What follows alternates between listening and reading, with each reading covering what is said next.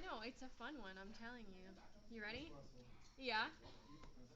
I do have a pencil.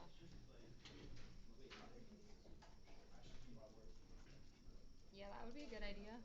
Can I still pass your glasses, Corey? I would say so if you do your work. Fine, I'll do all my work and start and if That I would be a don't, good idea. I'm gonna jump out that window.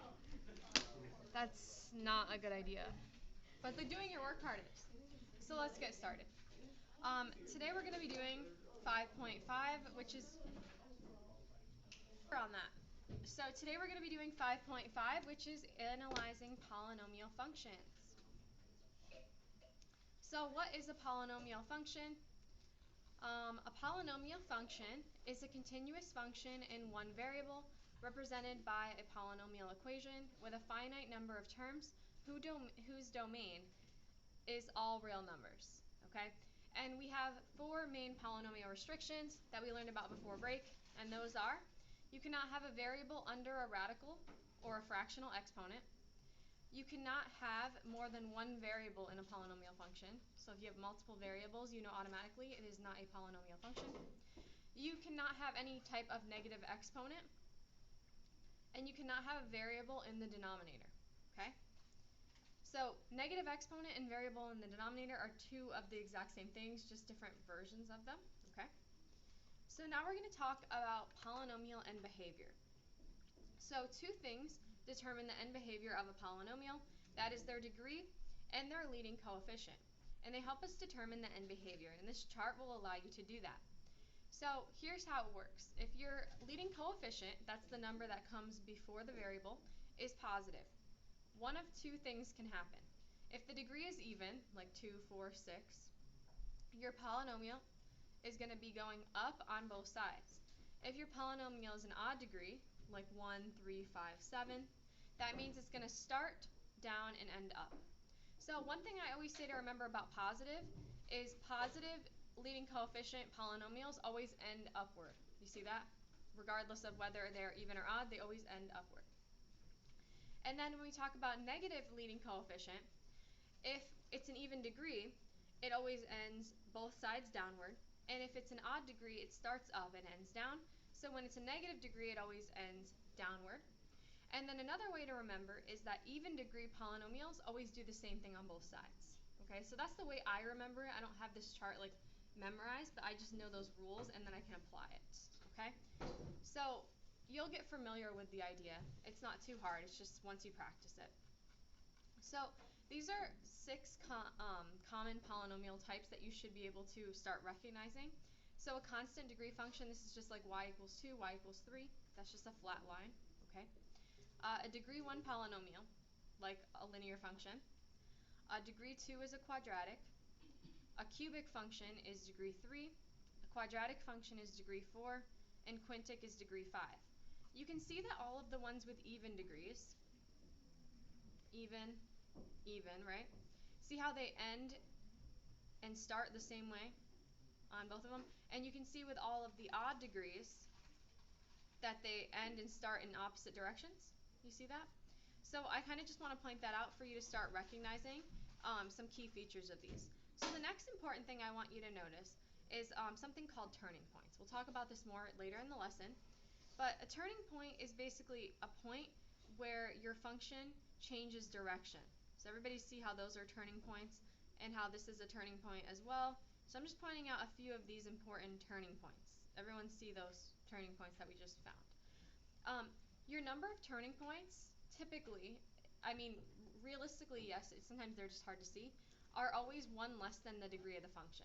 So do you see how this one has one turning point and the degree is 2? 2 turning points, degree is 3. 3 turning points, degree 4. You see that? It's always one less turning point than the degree of the function and vice versa. Alright?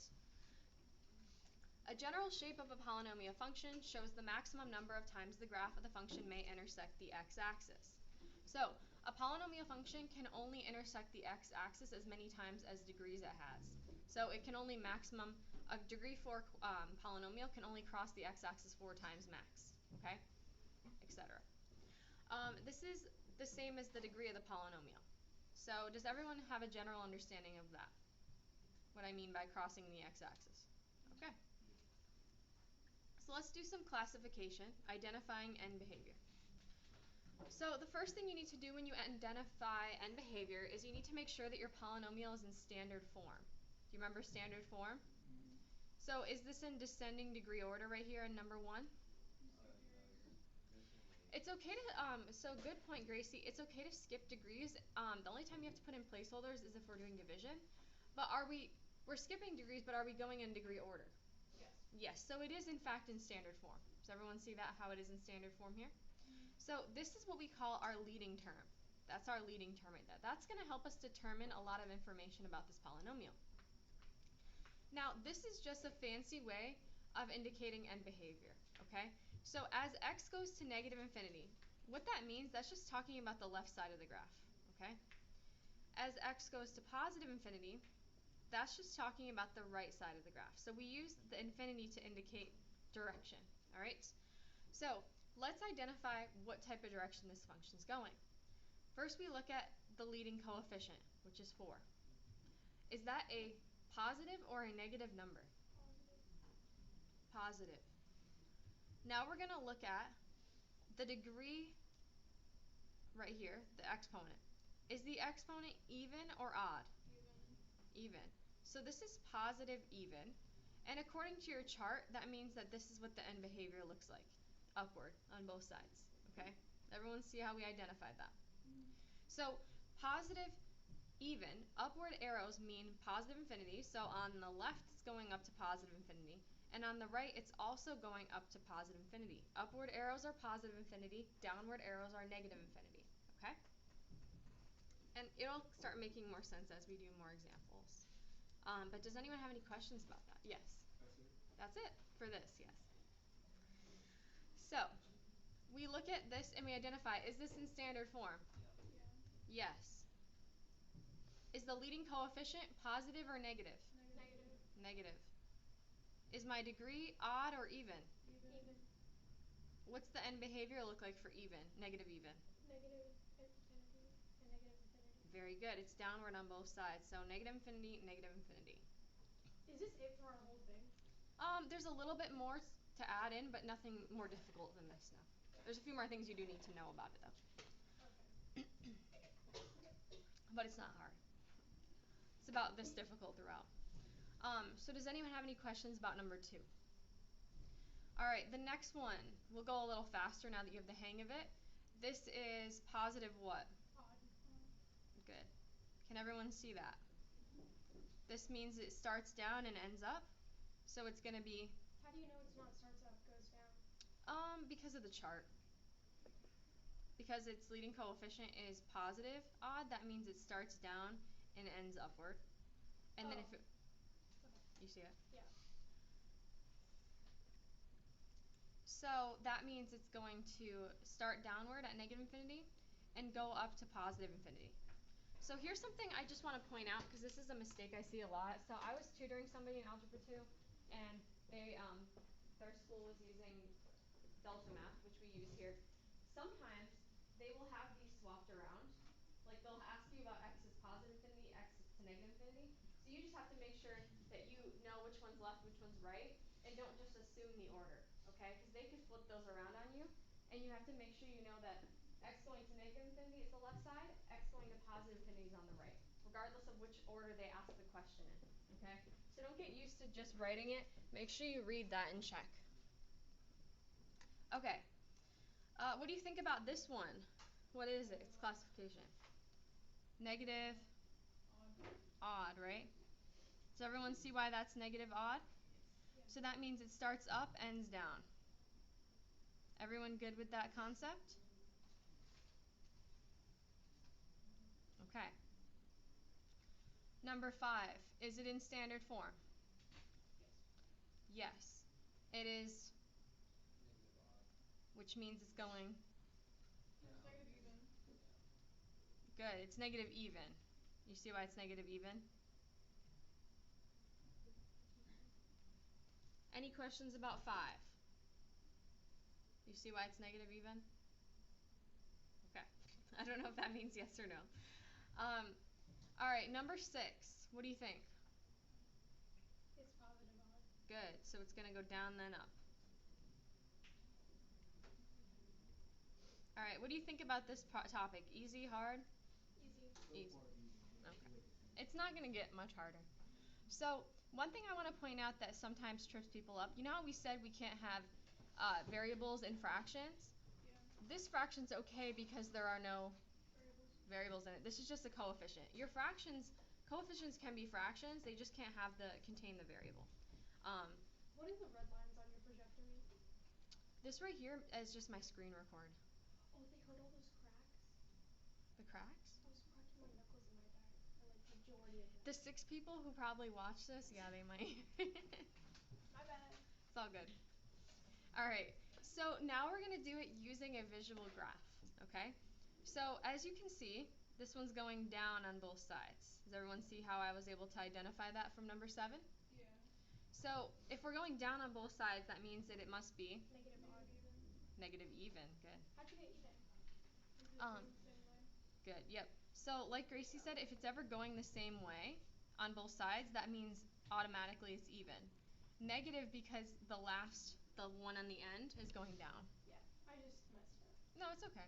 I just want to make sure you know why. So now we're going to talk about degree. Wait. Ooh, leading degree isn't negative. Isn't that what we were? Oh no. You see what? Yeah, this is leading coefficient, if you're wondering what that stands for. Degree is going to be like third, fourth, fifth, you know what I mean? Oh, okay. So for degree, what we need to look at is turning points. How many turning points do we have? Isn't it 4? We only have 3 turning points. That makes it a 4th degree polynomial, yes. Wasn't it? Oh, I was right. You just went a step ahead of me, yeah. I just looked at the chart. Because it crosses the x-axis. Well, that works too. I'm gonna take a picture of the chart. Yeah, that works too, but I wouldn't rely on that. And we'll talk about why. Because we can have zeros that are imaginary. So that's just the maximum number of times it can cross the x. So does everyone see how there are 3 turning points on this graph? Yeah. To find the degree, you always add 1 to that number of turning points. And you can always kind of check your work. Because say if you accidentally were like, oh, it was 3. Is that possible? It wouldn't be even. It wouldn't have an even end behavior. See how you can see that wouldn't make sense, right? So you can kind of use your knowledge to check your knowledge, right? So let's go ahead and try number 8. What's the end behavior look like here? It's definitely odd, and it's odd positive. Does everyone see why this is odd positive? Because it goes down and then up. Yeah. Okay. So now we're going to talk about degree. How many turning points here? 2. 2, 3. So it makes it a 3rd degree. 3rd degree. So the way I always tell students to remember is you know a quadratic, right? Yep. Quadratic is 2nd degree and there's 1 turning point. That's a way to remember. Yes. Why is it odd? It's odd because see how it ends differently than it begins, opposite directions? Yeah. Everything that ends and begins in opposite directions will always be odd. Okay? The way that it ends, if it ends upward, it's positive. Okay? Alright, so let's talk a little bit about turning points. So we talked briefly about them, but we're going to talk a little bit more about turning points. So a turning point is a point at which a polynomial function changes direction, increasing or to decreasing or decreasing to increasing. Okay? Maximum and minimum values are called extrema.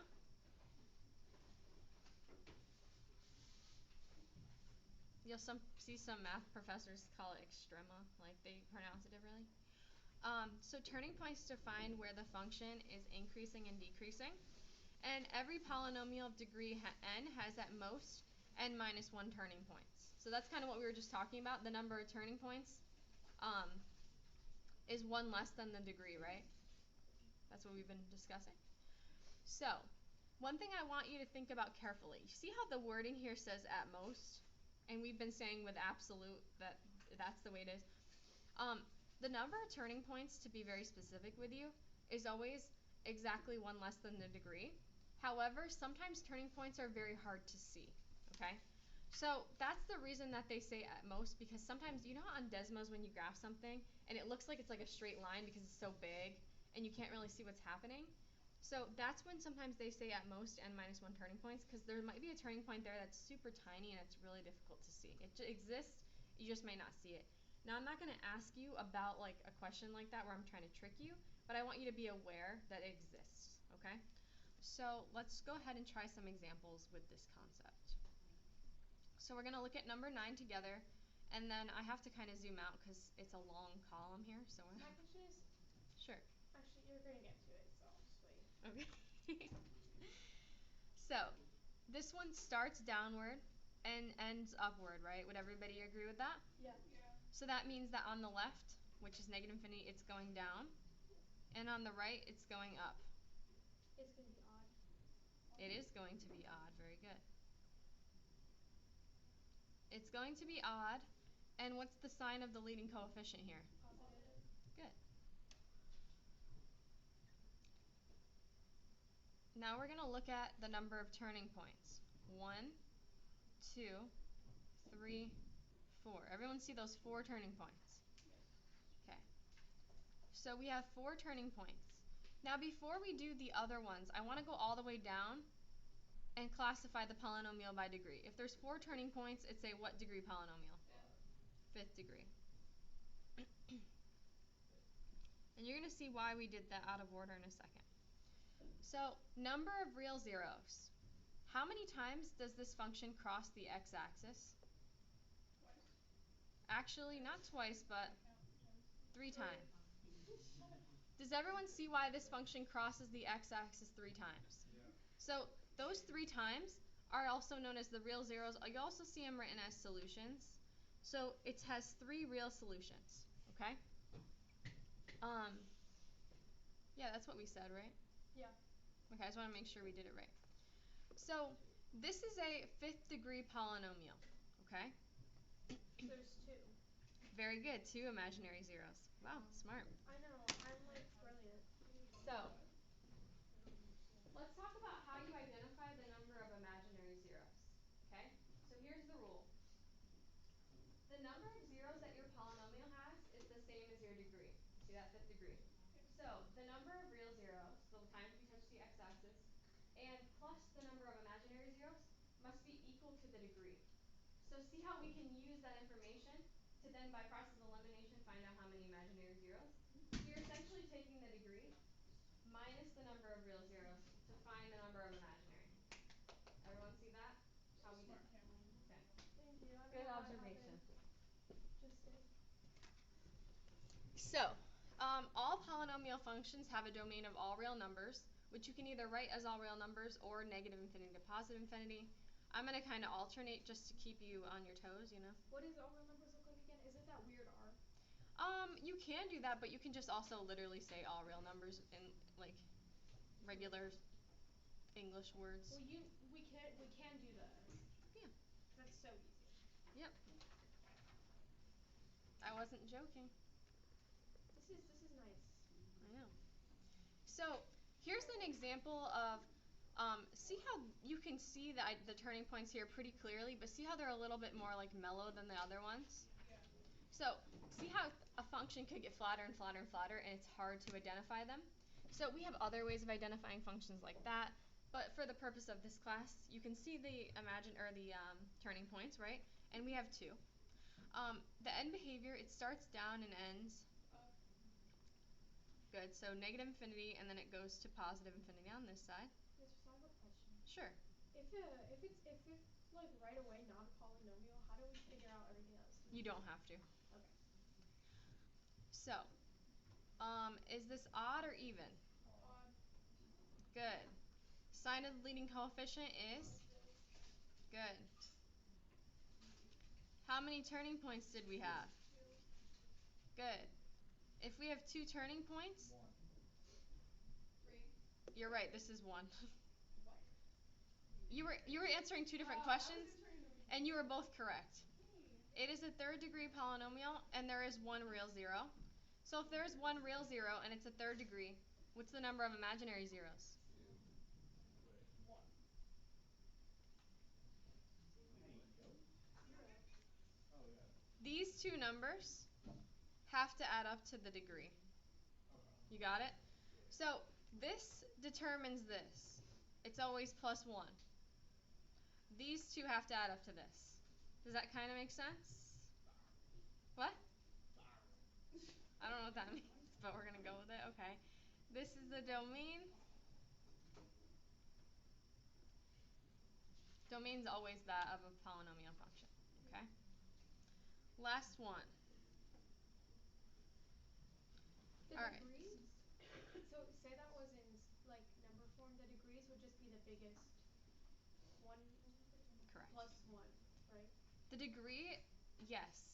So like say it's negative 12 Uh-huh. x 6, it'd be, the classify would be the 7th degree. Negative 12 x 6. No, the degree is as is in the written ones. Only have to do that with turning points. Got it, thank you. You're welcome. So this is negative infinity, negative infinity. Everyone good with y? Yeah. Is it odd or even? Even. Sign of the leading coefficient is? Negative. How many turning points do we have? 3. 3. Which means we're what degree? 4. How many times do we cross the x-axis? 4. Good. So if it's a 4th degree polynomial and we cross the x-axis 4 times, how many imaginary zeros? There we go. 0. Domain is negative infinity to positive infinity. So another thing to note is the imaginary zeros will always come in pairs of 2, so they will always be even numbers. For the homework, before you get started, a few things